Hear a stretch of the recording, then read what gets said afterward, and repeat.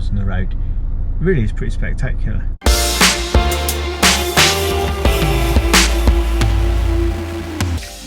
So, hello, welcome to the vlog. It's an almost sunny Friday. I'm looking up at the clouds there. The sun is just about to pop out and justify the sunglasses. Anyway, the point is, I'm about to head off to Banja Luka because it's time to go to the music shop again and buy some stuff that we need.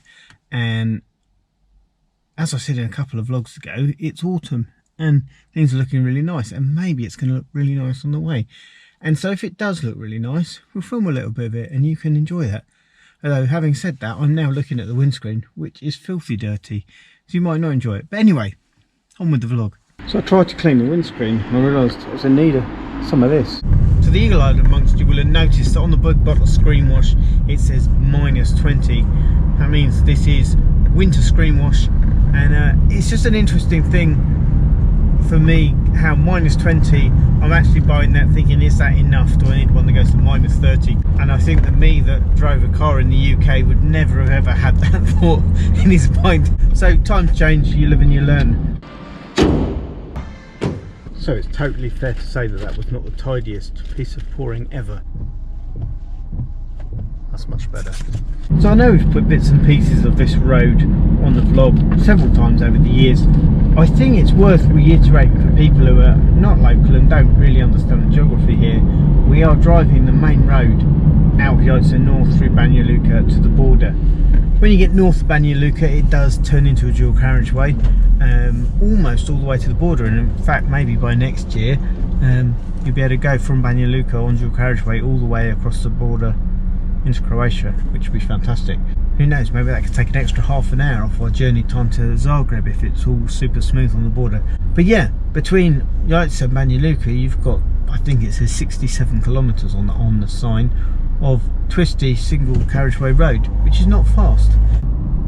So we're coming over the high point on the drive to Banja Luka, and I will often do a stop on a lay-by that's just coming up on our right.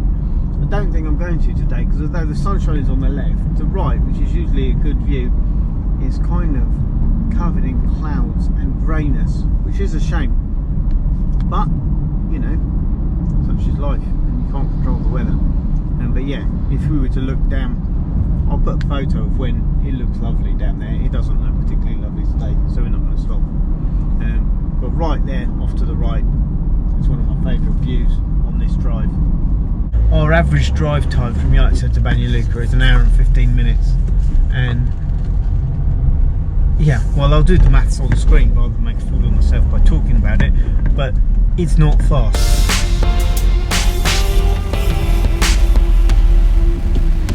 So I'm down in the centre of Banja Luka. One thing we've noticed recently is the proliferation of these Fabrica coffee places. So I thought we would give this a go as we've seen it and never tried it. So far so good. So I came into town on my way to the music shop because I'm on the hunt for a hard drive. There wasn't one in the shop that I thought would have one. There wasn't one that I wanted. So off to the music shop. Coffee. So what I will say about the Fabrica coffee, I do not feel like I overpaid for it, and that is a massive bonus. So it seems like probably everywhere in the world is experiencing inflation right now. We're certainly experiencing it here. Fuel prices, winter fuel prices, food prices, drink prices, whether that's stuff you're buying in the supermarket or whether that's stuff when you're eating out. Full marks for Fabrica for not having hiked massively up the price of their coffee. I should add, I'm not a coffee connoisseur and I can't comment on the objective quality of that coffee, but all I can say is I enjoyed drinking it and I enjoyed not paying over the odds for it. So I'm back in the combi after a successful trip to the music store. A couple of weeks ago, you might remember, I was in Guitar and Keyboard Centre in Brighton with Sammy, trying to teach him about the buying of instruments and stuff. If I'm truly honest, that is a place that 20 years ago I had some really bad music store experiences back in the days when the sort of people who worked there were way cooler than you were ever going to be. And these days, thankfully, things have changed in music stores, at least in my experience.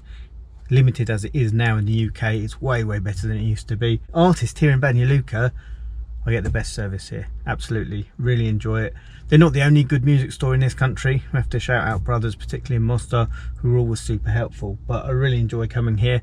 I think they really enjoy taking my money, or the money of Novi Most, or whoever it is I'm buying equipment for. Today, I'm buying some stuff that's going in the studio. I'm buying some stuff that's going to go to young people we're working with to help them. Buying stuff for Rowan as well, for stuff she's doing. And it's really good when we have really good relationships with the people who work in the store, when they, you know, look out for us. So really grateful for a really good music store. So there used to be a time when Rowan didn't really need to go to music stores, and she wasn't interested in going to music stores. That has changed because of the work she's doing now with all her violin students, with all the people in Limina Glasgow. She needs stuff and I was buying stuff for her today. I still have more to buy for her, which I can't get from this music store.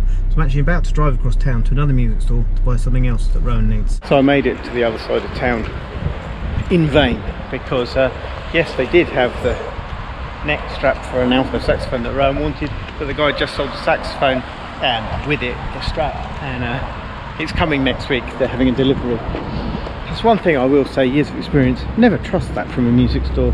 The delivery is always coming next week, and often it never does. But there you go, the hunt for a strap for an alto saxophone will go on. But other than that, everything has been successful today, and it's time for me to head home. The journey wasn't as red as I thought it might be. I've put some nice colour correction on this to make it all have a very warm autumn glow, which perhaps it didn't quite have in real life, but it was a nice drive. And for me, it's always important to really appreciate the beauty on that drive, because it can be, if I'm honest, sometimes it can be frustrating that it's twisty and narrow and slow, and you get behind stuff and you just want to get there, and if it's raining it's not a particularly pleasant drive to do. But when it's nice and sunny and you've got the option to admire a bit of the view while keeping your eyes on the road, it really is pretty spectacular. So today started in the studio with Dina, recording the next Perspectiva radio show that's going to go out on Radio Yaitsa, and then it's been 2.5 hours on the road for 2.5 hours in Banja Luka. It's been a good day. So basically back home, I thought we'd stop here, just give you this view because it's nice, and we don't put it in the vlog as much as we should probably. I hope you've enjoyed that, a there and back trip to Banja Luka. That is it for this week's vlog. Took us a big thumbs up for an autumn drive and successful shopping in our favourite music store in Banja Luka, and do leave a comment or question if you want to know more. Do remember that together we do adventure. We'll see you next time.